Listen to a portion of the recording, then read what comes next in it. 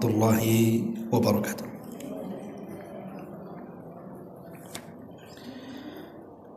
Alhamdulillah wassalatu wassalamu ala Rasulillah wa ala alihi wa sahbihi wa mawalah wa la hawla wa la quwwata illa billahi wa ba'du. Kita lanjutkan kajian kita, masih membahas kitab Minhajul Muslim, dan kita masuk pada bab wudu, tentang hal-hal yang membatalkan wudu.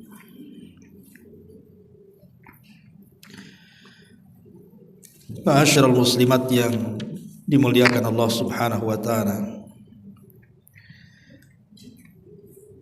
Di sini pengarang menyebutkan 7 perkara yang merupakan pembatal dari pembatal wudu. Apa saja dari pembatal wudu itu? Yang pertama, beliau menyebutkan adanya sesuatu yang keluar dari 2 lubang, kubul dan dubur, seperti air seni, madhi, wadi, kotoran atau kentut yang berbunyi ataupun yang tidak berbunyi. Semuanya itu disebut dengan hadas, dan yang dimaksudkan dalam sabda Nabi sallallahu alaihi wasallam, la yaqbalullahu salata ahadikum idza ahdatsa hatta yatawadda. Allah tidak akan menerima salat salah seorang di antara kalian jika dia berhadas sampai dia berwudu. Jadi yang pertama adalah al-khuruj minas sabilaini qalilan kana au kathiran tahiran kana au najisan. Sesuatu yang keluar dari 2 jalan, apakah yang keluarnya itu sedikit ataukah yang keluarnya banyak, ataukah yang keluarnya sesuatu yang suci ataukah sesuatu yang najis. Yang jelas keluar dari kubul dan dubur, maka batal wudunya. Sesuatu yang najis tentu umumnya yang keluar dari 2 jalan memang najis, seperti kencing, kotoran, dan yang semacamnya. Tetapi sekalipun yang keluar itu tidak najis, seperti air mani. Air mani itu pendapat yang kuat tidak najis. Maka kalau keluar dari 2 jalur, tetap dinyatakan batal wudunya secara mutlak. Atau seseorang mengeluarkan batu, kencing batu. Batu itu suci, tetapi kalau keluar dari kubul maka membatalkan wudu. Ataupun orang yang melahirkan. Terkadang ada, ya jarang sih, cuman bisa saja terjadi orang melahirkan itu tidak mengeluarkan darah, dan bayi itu suci, tetapi karena keluar dari kubul maka membatalkan wudu. Jadi kaidah ya. Jadi sesuatu yang keluar dari 2 jalur, baik kubul ataupun dubur, sedikit ataupun banyak, suci ataupun najis, maka membatalkan wudu.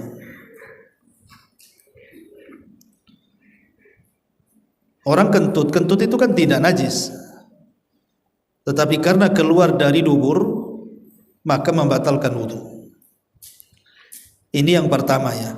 Apa saja, pokoknya yang keluar dari 2 lubang kubul dan dubur maka bisa membatalkan wudu. Kemudian yang kedua di sini juga disebutkan tertidur dengan lelap. Jika pelakunya itu tertidur dalam keadaan berbaring, berdasarkan sabda Nabi sallallahu alaihi wasallam, al-ainu wika'us sanati faman nama falyatawadda. Mata itu adalah tali pengikat dubur. Barang siapa yang tertidur hendaklah dia berwudu.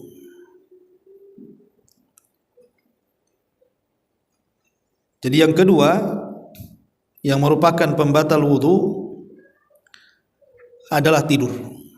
Tidur itu membatalkan wudu. Cuman di sini pengarang mengatakan bahwa tidur yang membatalkan wudu itu dalam keadaan berbaring. Berarti kalau tidurnya tidak dalam posisi berbaring, umpamanya duduk, menurut pendapat pengarang tidak batal wudunya. Memang permasalahan apakah tidur itu membatalkan wudu ataukah tidak membatalkan wudu ini memang perselisihan yang panjang sekali. Ada yang mengatakan bahwa tidur itu membatalkan wudu secara mutlak dalam kondisi tidur apapun. Mau baring, mau duduk, mau nyandar, mau berdiri. Yang jelas dia tertidur, baik tidurnya banyak ataupun sedikit, maka pendapat yang pertama batal wudunya. Dan ini pendapat Al-Hasan Al-Basri, kemudian juga pendapat Ishaq berdasarkan hadis Safwan ibn Asal radhiyallahu an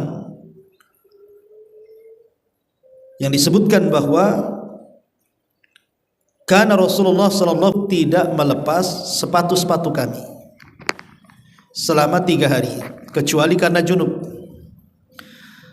Tetapi kalau hanya sekedar berak, kencing ataupun tidur, maka tidak perlu melepas sepatu, cukup berwudu saja. Dari hadis ini menunjukkan bahwa wudu itu tidur itu pembatal wudu. Dan di sini umum, dalam kondisi apapun, sedikit ataupun banyak, maka tidur itu membatalkan wudu. Tetapi pendapat yang lain, pendapat yang kedua, tidur itu justru tidak membatalkan secara mutlak. Ini kebalikan justru ya. Kalau yang tadi mutlak batal, ini pendapat yang kedua pula tidak batal secara mutlak. Karena ada hadis Anas bin Malik, sahabat itu pernah mereka menunggu salat Isya sampai terkantuk-kantuk. Bahkan ketika mereka tidur itu sampai termanggut-manggut kepalanya. Ketika datang salat Isya mereka tidak berwudu, langsung salat. Ini dikeluarkan Imam Muslim hadisnya, hadis Anas bin Malik ini. Lah dari hadis Anas bin Malik ini justru pendapat yang kedua, bahwa tidur itu tidak membatalkan wudu. Dan ini pendapat sahabat Rasul Abi Musa al-Ash'ari dan seorang tabi'in namanya Sa'id ibn al-Musayyib.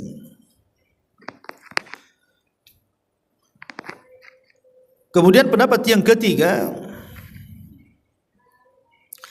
kalau seandainya kondisi tidurnya dia terduduk, jadi pantatnya itu melabuh ke bumi, maka tidak batal wudunya. Tapi kalau seandainya tidurnya selain daripada itu, berbaring, entah terlentang, entah kemudian ke lambung kanan kiri, maka batal wudunya. Dan ini pendapat Hanafiyah dan Syafi'iyah. Kemudian pendapat yang keempat, bahwa tidur itu membatalkan wudu kecuali kalau tidurnya sebentar. Jadi yang membatalkan wudu itu kalau tidurnya lama. Kalau hanya tidurnya sebentar, siat-siut saja bahasa kitanya, maka tidak membatalkan wudu. Dan banyak lagi pendapat-pendapat para ulama mengatakan bahwa tidur itu ada yang membatalkan wudu, ada yang tidak membatalkan wudu, ada yang membatalkan wudu dalam kondisi tertentu, dan begitu seterusnya. Tetapi para ulama kemudian mereka mengatakan bahwa tidur yang membatalkan wudu itu adalah tidur yang lelap. Jadi tidurnya lelap.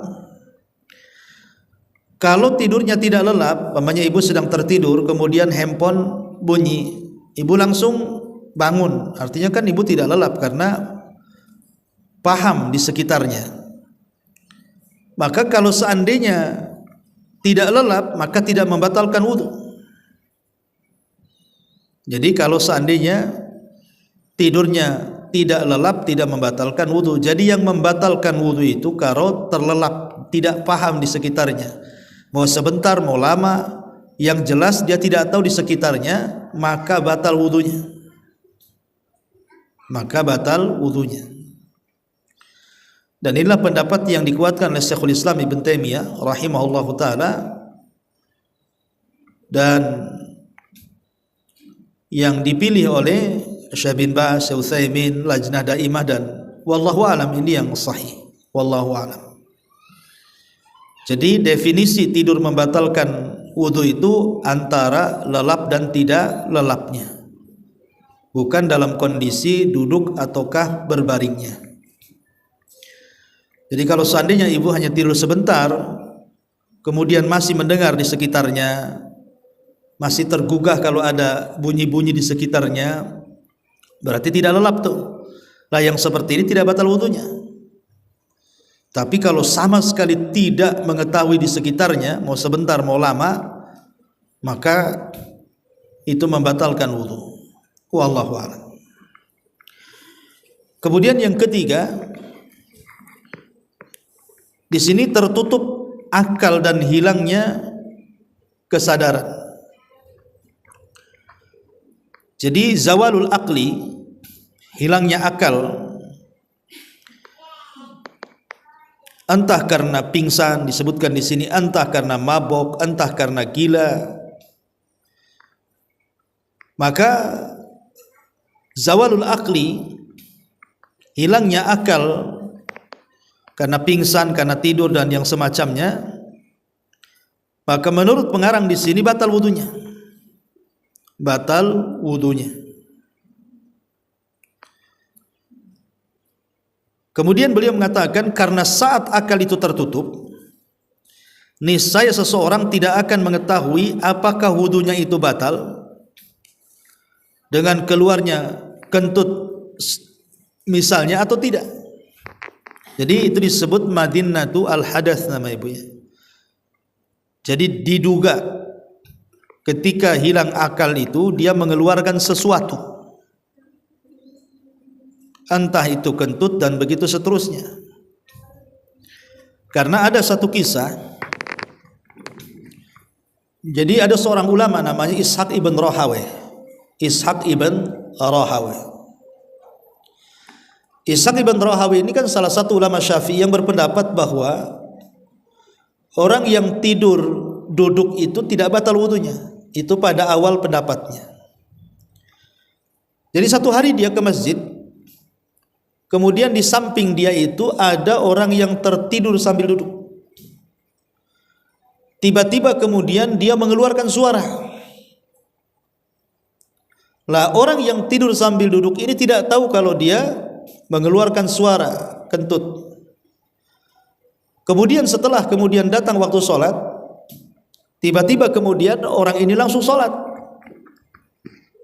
Jadi ditegur oleh Ishaq ibn Rahawayh ini, yang di zamannya menjadi Syekhul Islam. Dia mengatakan, tawadda ya fulan, wudu engkau wahai fulan, karena tadi waktu kau tidur duduk itu kau mengeluarkan suara. Tiba-tiba kemudian orang ini marah kepada Imam Ishaq dan mengatakan, engkau yang bersuara bukan aku, katanya. Aku tidur dalam posisi duduk. Jadi orang ini tidak wudu lagi, langsung sholat. Lah sejak itulah maka Ishaq ibn Rahawayh berpendapat bahwa orang yang tidak sadar ini, dia tidak tahu kalau dia kentut atau tidak kentut. makanya dia meninggalkan pendapatnya.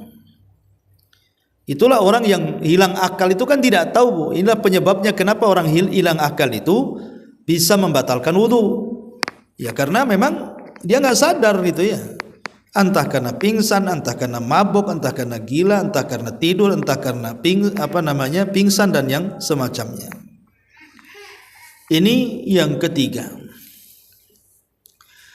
Kemudian yang keempat, lamsu az-zakari, memegang kemaluan ya, masul qubul awid dubur bil yad biduni hailin, memegang kemaluan dengan bagian dalam telapak tangan serta jari-jari tangan tanpa ada penghalang. Berdasarkan sabda Nabi sallallahu alaihi wasallam, man massa dzakarahu fala yusalli hatta yatawadda. Barang siapa yang memegang kemaluannya, hendaklah dia tidak salat sehingga dia berwudu. Dalam riwayat, man massa farjahu falyatawadda. Barang siapa yang memegang kemaluannya maka dia berwudu. Soal memegang kemaluan ini pun ulama yang masyhur itu terbagi menjadi 3 pendapat. Kalau pendapatnya Imam Syafi'i, maka memegang kemaluan itu maksudnya tanpa penghalang ya Bu ya, maka batal secara mutlak. Apakah ketika dia memegangnya syahwat ataupun tidak syahwat, ataukah dia memegang kemaluannya sendiri atau kemaluan orang lain. Seperti mamanya ibu memandikan mayat untuk membersihkan kemaluan si mayat, kan kemaluan orang namanya kan, atau menceboki anak-anak kan gitu, atau memegang kemaluan suaminya. Pokoknya kata mazhab Syafi'i, apakah memegangnya itu kemaluan sendiri atau orang lain, ataukah dia memegangnya itu syahwat ataukah tidak syahwat, maka dalam mazhab Syafi'i memegang kemaluan itu batal secara mutlak. Batal secara mutlak. Pendapat yang kedua, pendapat Imam Ahmad. Kalau pendapat Imam Ahmad itu, lihat Bu, apakah memegangnya dengan syahwat ataukah memegangnya tanpa syahwat. Kalau memegangnya dengan syahwat, maka batal wudunya. Kalau memegangnya dengan syahwat, maka batal wudunya. Tetapi kalau seandainya memegangnya tanpa syahwat, maka dalam mazhab Ahmad itu tidak batal wudunya Bu. Berarti yang menentukan batal dan tidaknya wudu dalam mazhab Ahmad itu antara syahwat dan tidak syahwat. Kalau syahwat batal wudunya, kalau tidak syahwat tidak batal wudunya. Ini dalam mazhab Ahmad ya. Tapi dalam mazhab Abu Hanifah justru tidak batal secara mutlak. Dalam mazhab Abu Hanifah dan termasuk juga mazhab Malik mengatakan tidak batal wudunya, kecuali kalau mengeluarkan sesuatu setelahnya. Tapi kalau tidak mengeluarkan sesuatu setelahnya, maka tidak batal wudunya. Itu dalam mazhab Abu Hanifah ya. Ma'asyiral muslimat yang dimuliakan Allah Subhanahu wa taala, wallahu alam, dari 3 pendapat ini saya cenderung kepada pendapat yang kedua, yaitu pendapat Imam Ahmad. Kenapa? Karena ada penggabungan 2 riwayat. Pertama, riwayat yang mengatakan man massa dzakarahu falyatawadda, barang siapa yang memegang kemaluannya maka dia berwudu. Itu riwayat yang pertama. Tapi ada riwayat yang lain ketika seorang sahabat bertanya kepada Nabi sallallahu alaihi wasallam saat salat dia memegang kemaluannya, apakah kemudian membatalkan salat? Maka Nabi sallallahu alaihi wasallam mengatakan, la, innama huwa bid'atun minka. Tidak, karena kemaluan itu bagian daripada kulitmu. Artinya memegang kemaluan itu sama dengan memegang hidung, memegang telinga, karena bagian dari kulit kita. Dari dua riwayat ini disimpulkan bahwa riwayat yang mengatakan batal wudunya dengan syahwat itu ditarik kepada hadis barang siapa yang memegang kemaluannya maka dia berwudu. Artinya kalau dengan syahwat. Tapi kalau tidak dengan syahwat maka hadis yang mengatakan tidak itu bagian daripada kulitmu. Berarti dari sini ada 3 pendapat tentang masalah memegang kemaluan itu. Wallahu a'lam. Ini yang nomor 4. Ya. Kemudian di sini yang nomor 5, di antara nawaqidul wudu atau pembatal wudu adalah murtad. Ar-riddatu anil Islam. Murtad dari Islam. Beliau mencontohkan di sini, misalnya mengatakan sesuatu perkataan yang menyebabkan kufur, seperti umpamanya ibu habis wudu, tiba-tiba ibu mengatakan, semua agama itu bebas, mau milih Islam, mau milih Hindu, mau milih Buddha, mau milih Yahudi, Nasrani, terserah, karena orang beragama itu merdeka. Ini kufur, Bu, bisa keluar dari Islam. Ya, berarti kalau mengatakan seperti ini habis wudu, batal wudunya tuh. Atau mengatakan bahwa hukum selain dari hukum Allah itu lebih baik, kufur. Ya. Atau mengatakan semua agama sama, ini bisa kufur, Bu. Jadi mengatakan sesuatu perkataan yang menyebabkan dia kufur. Jika seseorang mengatakan perkataan itu atau menghalalkan yang diharamkan, khamar itu halal, zina itu halal, nah, gitu kan? Maka wudunya dihukumi batal. Bahkan bukan hanya wudunya, semua amal ibadahnya terhapus. Dan ini berdasarkan surah Az-Zumar ayat 65. La in asyrakta la yahbatanna amaluka wa la takunanna minal khasirin. Jika kamu mempersekutukan Allah, niscaya akan terhapus amalanmu dan tentulah kamu termasuk orang-orang yang merugi. Dari sini terjadi silang pendapat. Apakah kemudian orang yang murtad ini, kalau seandainya dia bertobat, Bu, apakah orang yang murtad ini kalau seandainya dia bertobat, kemudian amalannya balik lagi dari nol, ataukah kemudian dibalikan lagi itu amalan yang sudah dia lakukan itu? Terjadi silang pendapat. Menurut Imam Ahmad,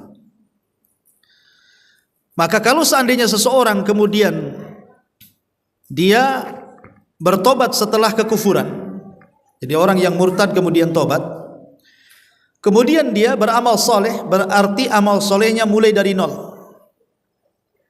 Karena amal soleh yang sudah dilakukan sebelum murtad terhapus dengan kemurtadannya. Berdasarkan surah Az-Zumar ayat 65 ini, lain asyrakta la yahbatanna amaluka wa la takunanna minal khasirin. Jika kamu mempersekutukan Allah, niscaya akan terhapus amalanmu dan tentulah kamu termasuk orang-orang yang merugi. Tapi pendapat Imam Syafi'i tidak. Pendapat Imam Syafi'i digantung. Kalau dia bertobat, orang yang murtad ini, maka dia akan dikembalikan amalan sebelum murtadnya. Tapi kalau dia mati dalam kondisi murtad, itulah baru amalannya akan terhapus dan hilang. Dan ini berdasarkan surah Al-Baqarah ayat 217. Wa man yartad minkum ang dinihi fayamut wa huwa kafirun fa ulaika habitat a'maluhum fid dunya wal akhirah wa ulaika ashabun nar hum fiha khalidun. Kata Al-Quran mengatakan seandainya mereka murtad dari agamanya lalu dia mati dalam keadaan kafir, maka mereka itulah yang sia-sia amalannya di dunia dan di akhirat, dan mereka itulah penghuni neraka, mereka kekal di dalamnya. Dalam ayat surah Al-Baqarah 217 ini ada kalimat fayamut wa huwa kafir. Jadi barang siapa yang murtad di antara kamu dari agamanya lalu dia mati dalam kondisi kafir, maka mereka itulah yang sia-sia amalannya. Artinya mafhum kebalikannya, kalau mereka tidak kafir, mereka balik ke dalam Islam, maka mereka tidak akan sia-sia amalannya. Dari sini dalam mazhab Syafi'i mengatakan orang yang murtad kemudian balik ke Islam maka pahalanya akan dikembalikan. Tapi dalam mazhab Ahmad justru pahalanya lenyap dan kembali ke awal. Tapi yang jelas bahwa dengan adanya perselisihan ini maka takutlah orang-orang yang murtad kalau seandainya amal usahanya kemudian dihapuskan oleh Allah Subhanahu wa taala. Na'udzubillah. Ini yang kelima yang membatalkan wudu adalah murtad. Kemudian yang keenam, memakan daging unta. Berdasarkan pertanyaan seseorang kepada Nabi sallallahu alaihi wasallam, ana tawaddau min luhumil ghanami? Qala in syi'ta. Qala ana tawaddau min luhumil ibili? Qala na'am. Apakah kami harus berwudu wahai Rasul karena makan daging domba? Maka Nabi sallallahu alaihi wasallam mengatakan, kalau engkau mau berwudu ya silahkan. Kemudian sahabat bertanya lagi, apakah kami harus berwudu dari memakan daging unta? Maka Nabi sallallahu alaihi wasallam mengatakan ya, berwudu. Ya. Kemudian kata pengarang di sini, akan tetapi mayoritas sahabat tidak berpendapat harusnya berwudu sehabis memakan daging unta. Karena hadis yang memerintahkan sudah dimansuh dibatalkan ketentuan hukumnya. Juga mayoritas sahabat tidak berwudu setelah memakan daging unta, termasuk Khulafaur Rasyidin yang keempat. Jadi ada yang berpendapat, kata pengarang di sini, maksudnya hadis ini sudah dimansuh sehingga para sahabat mereka tidak berwudu ketika mereka memakan daging unta, termasuk Khulafaur Rasyidin, katanya di sini pengarang rahimahullahu taala mengatakan seperti itu. Tetapi wallahu alam, pendapat yang kuat bahwa memakan daging unta itu termasuk pembatal wudu. Karena Nabi SAW jelas ditanya di sini, apakah kami memakan daging unta harus berwudu? Maka Rasul mengatakan, tawadhda'u minha, berwudulah kalian dari memakan daging itu. Ada yang kemudian mencari-cari alasan, kenapa kemudian memakan daging unta diharuskan berwudu? Kenapa pula kemudian memakan daging kambing tidak harus berwudu? Jadi ada yang mencari-cari hikmah, karena unta itu diciptakan tabiatnya dari setan. Jadi unta itu diciptakan tabiatnya dari syaitan. Sementara kambing itu tidak. Jadi unta itu memiliki tabiat setan. Dikhawatirkan orang yang memakan daging unta ini, dia mewarisi kekuatan setan. Makanya disyariatkan berwudu untuk menghilangkan kekuatan setan itu. Itu yang mencari-cari alasannya. Kenapa? Karena ada hadis Bara bin Azib radhiyallahu an, Rasul melarang tidak boleh salat di tempat unta. Kata Rasul, la tusallu fi mabarikil ibili fa innaha minasyayatin. Jangan kalian salat di tempat istirahatnya unta, karena sesungguhnya unta itu dari setan. Maksudnya tabiatnya diciptakan dari setan. Itu yang kenapa kemudian Nabi Shallallahu Alaihi Wasallam memerintahkan kita berwudu setelah memakan daging unta, karena unta itu tabiatnya dari setan. Yang kedua, karena daging unta itu dia memiliki pengaruh yang cukup dahsyat kepada tingginya tekanan darah. Sehingga kalau orang habis makan daging unta itu mudah marah, Bu, karena tekanan darahnya naik. Makanya kemudian wudu ini mendinginkannya supaya menurunkan tekanannya. Tapi yang jelas bahwa kata Syekh Utsaimin rahimahullahu taala, apakah hikmahnya ini diketahui atau tidak? Maka yang jelas Nabi sallallahu alaihi wasallam memerintahkan kita untuk berwudu selepas makan daging unta, ya sudah berwudu. Ini kan yang mencari-cari hikmahnya ya. Kenapa kok kalau daging kambing tak wudu, daging unta kok wudu? Itu saja sih. Sekalipun tidak diketahui apa hikmah ataupun faedahnya, maka kewajiban kita, kata Syekh Utsaimin, adalah fa'alaina at-taslim wal inqiyad. Kita wajib taslim, menerima apa adanya dan tunduk dengan syariat yang diperintahkan Nabi sallallahu alaihi wasallam. Ini yang keenam. Kemudian yang kelima, di sini menyentuh wanita disertai syahwat. Karena menginginkan syahwat itu sama seperti adanya syahwat, yang bisa membatalkan wudu dengan dalil bahwa seseorang yang menyentuh kemaluan diperintahkan berwudu karena menyentuh kemaluan dapat membangkitkan syahwat. Dalam kitab Al-Muwatta terdapat sebuah riwayat yang menjelaskan bahwa Ibnu Umar radhiyallahu an berkata, "Qublatur rajuli imra'atahu wa jassuha biyadihi minal mulamasati faman qabbala imra'atahu aw jassaha fa alaihi alwudu." Kata Ibnu Umar, seorang suami yang mencium dan meraba-raba istrinya adalah bagian dari mencumbu. Maka barang siapa yang mencium dan meraba-raba istrinya, hendaklah dia berwudu. Jadi bersentuhan laki-laki dengan perempuan ini memang menjadi khilaf ulama, ya kan? Apakah kemudian memegang ataupun menyentuh kulit istri ataupun mungkin mahramnya itu membatalkan wudu atau tidak? Memang ini menjadi polemik para ulama, Bu, ya. Jadi ada yang mengatakan bahwa bersentuhan kulit antara laki-laki dan perempuan, ibu dengan suami atau suami dengan ibu, pendapat yang pertama tidak batal secara mutlak. Tidak batal secara mutlak. Walaupun ada syahwat. Walaupun ada syahwat.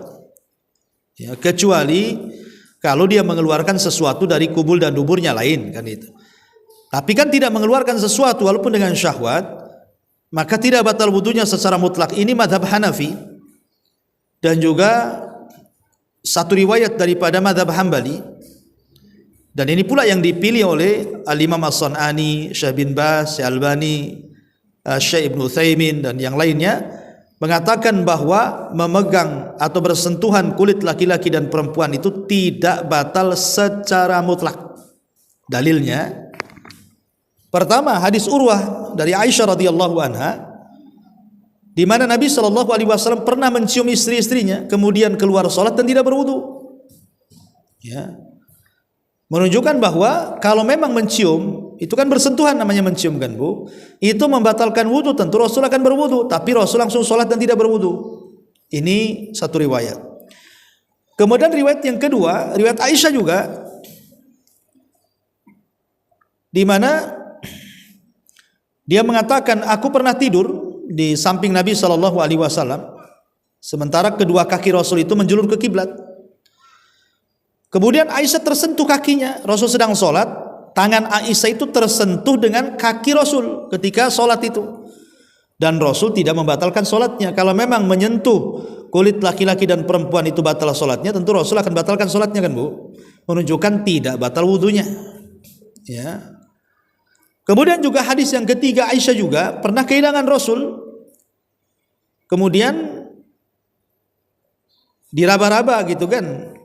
Rupanya dia terkena sentuhan kedua kaki Nabi Shallallahu Alaihi Wasallam, dan Nabi SAW langsung sholat subuh dan tidak berwudu. Artinya Nabi tidak membatalkan wudunya. Ya, ini juga dalil bahwa memegang atau bersentuhan laki-laki dan perempuan itu tidak batal wudunya.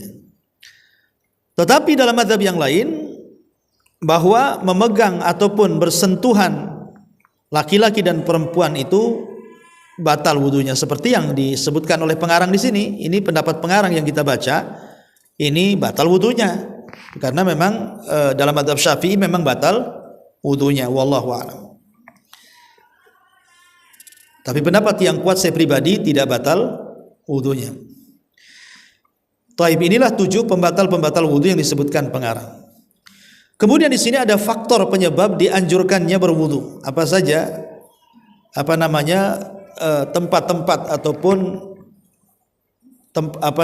perbuatan-perbuatan yang disunahkan berwudu di sini. Pertama di sini, orang yang berpenyakit hadas, yakni seseorang yang pada kebanyakan waktunya tidak berhenti di sini buang kotoran dan mengeluarkan kentut bagi seseorang yang menderita hal tersebut. Apa istilah ibu salasil itu, penyakit yang kencing terus, kentut terus gitu ya. Maka kalau punya penyakit seperti ini, terus-terusan kencing atau mengeluarkan darah, maka dia harus berwudu setiap kali hendak sholat. Kemudian yang kedua, wanita yang mengalami istihadhah. Jadi wanita yang mengalami istihadhah, dia mandi sekali kemudian wudu setiap hendak sholat. Dan ibu harus paham mana haid mana istihadhah supaya jangan meninggalkan sholat di waktu diwajibkan sholat. Karena ada orang tidak paham istihadhah dengan haid, disangkanya haid padahal istihadhah, akhirnya dia meninggalkan sholat, berarti berdosa itu karena dia meninggalkan kewajiban namanya. Ya, jadi waktu wanita istihadhah, maka disunahkan seseorang itu untuk wudu. Kemudian orang yang memandikan jenazah di sini, orang yang memandikan jenazah. Jadi kalau ibu memandikan jenazah, kemudian selesai memandikan jenazah, maka ibu pulang wudu. Nah, itu sunnah hukumnya. Nah, di sini pengarang menyebutkan 3 perkara. Sebenarnya banyak gitu ya, tempat-tempat yang kita harus atau disunahkan berwudu, seperti umpamanya ketika seseorang hendak berzikir, itu disunahkan berwudu. Karena Nabi SAW yang mengatakan, inni karihtu an adzkurallah illa ala tohrin. Kata Rasul, aku tidak suka ketika mau berzikir kepada Allah tidak dalam kondisi suci. Artinya Rasul menganjurkan untuk berwudu setiap hendak berzikir. Kemudian juga hendak tidur, yang kedua hendak tidur, Rasul selalu menganjurkan agar kita berwudu sebelum tidur. Karena di antara faedahnya, kalau seseorang berwudu sebelum tidur, maka nanti dikirim malaikat yang akan mendoakan ibu saat tidur. Saat ibu guling ke arah kanan, malaikat sebelah kanan akan mengatakan, ya Allah ampuni orang ini, ya Allah rahmati orang ini. Kemudian ketika dia berbalik ke arah kiri, malaikat sebelah kiri mengatakan, ya Allah ampuni orang ini, ya Allah rahmati orang ini, sampai dia bangun. Ya, jadi itu faedahnya berwudu sebelum tidur. Kemudian juga orang yang junub, ibu sedang junub tetapi belum mandi, ibu mau makan, mau tidur, mau melakukan hubungan lagi, mau minum, itu disunahkan berwudu kalau ibu belum mandi. Ya. Kemudian juga yang keempat, wudu sebelum mandi. Sebelum mandi besar itu sunnah wudunya. Nanti akan sampai pembahasannya. Atau ibu memperbaharui wudu, sudah wudu lagi nggak apa-apa. Nah, itu sangat baik sekali gitu ya. Jadi ataupun seseorang berwudu hendak melakukan hubungan lagi. Jadi ini diantara tempat-tempat yang juga dianjurkan untuk seseorang itu berwudu. Wallahu alam. Ini sampai di sini materi tentang pembatal wudu dan tempat-tempat yang disyariatkan untuk berwudu. Insyaallah kita nanti sampai kepada pasal keempat, masalah mandi. Taib, sampai di sini. Kalau ada yang bertanya silakan.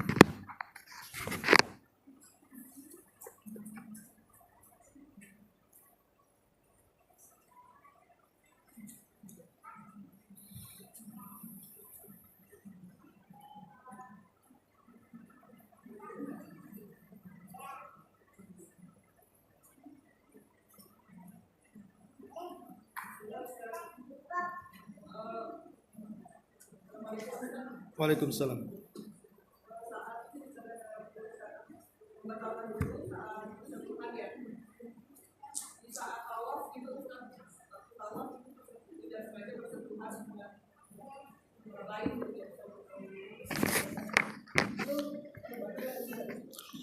Ya, alhamdulillah. Tadi saya katakan bahwa bersentuhan kulit dengan lain jenis itu tidak membatalkan wudu. Itu pendapat yang kuat yang menurut saya mengikuti pendapat Hambali. Tapi dalam mazhab Syafi'i mengatakan batal wudunya. Tetapi ya kalau bagi yang berpendapat tidak batal wudunya sih tidak ada masalah kan. Cuman kan masalahnya menyentuh kulit yang bukan mahram kan berdosa. Tapi tidak semua yang berdosa membatalkan wudu kan. Tapi kondisi di Mekah itu kan darurat. Ya, sebab kalau seandainya seseorang menghindari untuk tidak bersentuhan itu agak sulit sekali waktu tawaf. Waktu tawaf itu sangat sulit sekali lah, kecuali tidak ramai, tapi kan ramai terus, apalagi dalam kondisi-kondisi yang seseorang itu sedang ramai-ramainya susah keluar. Apalagi tempat wudu juga jauh. Wallahu alam, ad-daruratu tubihul mahdurat. Sesuatu yang darurat itu membolehkan sesuatu yang dilarang. Tapi kalau ibu madhabnya Hambali tidak ada masalah. Yang jadi masalah itu kalau ibu madhab Syafi'i, ngikut pendapat madhab Syafi'i itu mungkin dibawa kepada darurat. Tapi kalau ibu dalam madhab Hambali, ya walaupun tidak darurat bersentuhan itu tidak batal. Tapi kepada yang bukan mahram ya berdosa gitu saja. Tapi kan kita bukan cerita dosa atau tidaknya, kita cerita batal enggaknya. Ya, pendapat yang kuat wallahu alam tidak batal. Selama tidak mengeluarkan sesuatu dari kubul dan dubur. Kalaupun syahwat tidak sampai mengeluarkan tidak batal. Itu pendapat Hambali. Wallahu a'lam.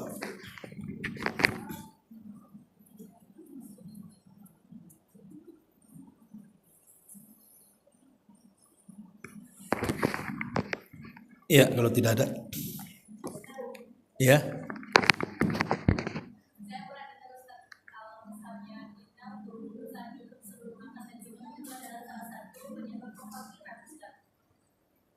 Gimana?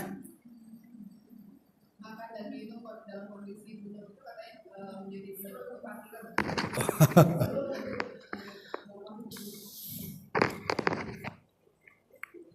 Apakah kemudian makan dan minum dalam kondisi junub dan dia tidak berwudu itu menyebabkan kefakiran gitu ya? Coba saya cek dulu hadisnya ada enggak.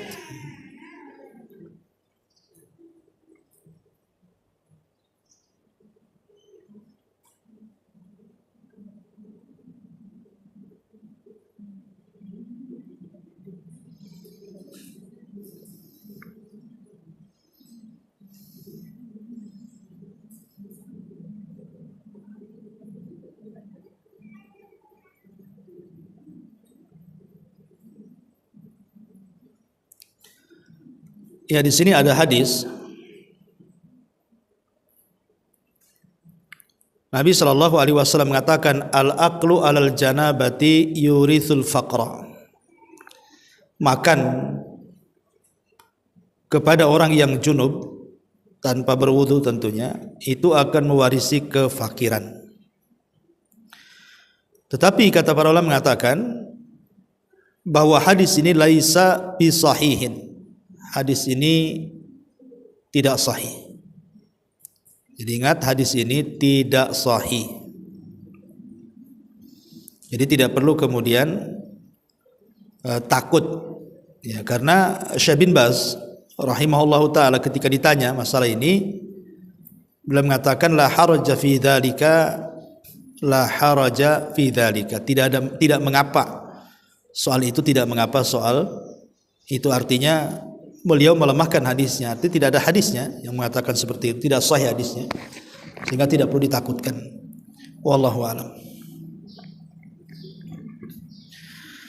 Taib sampai di sini, subhanakallahumma bihamdika asyhadu an la ilaha illa anta astaghfiruka wa atubu ilaik.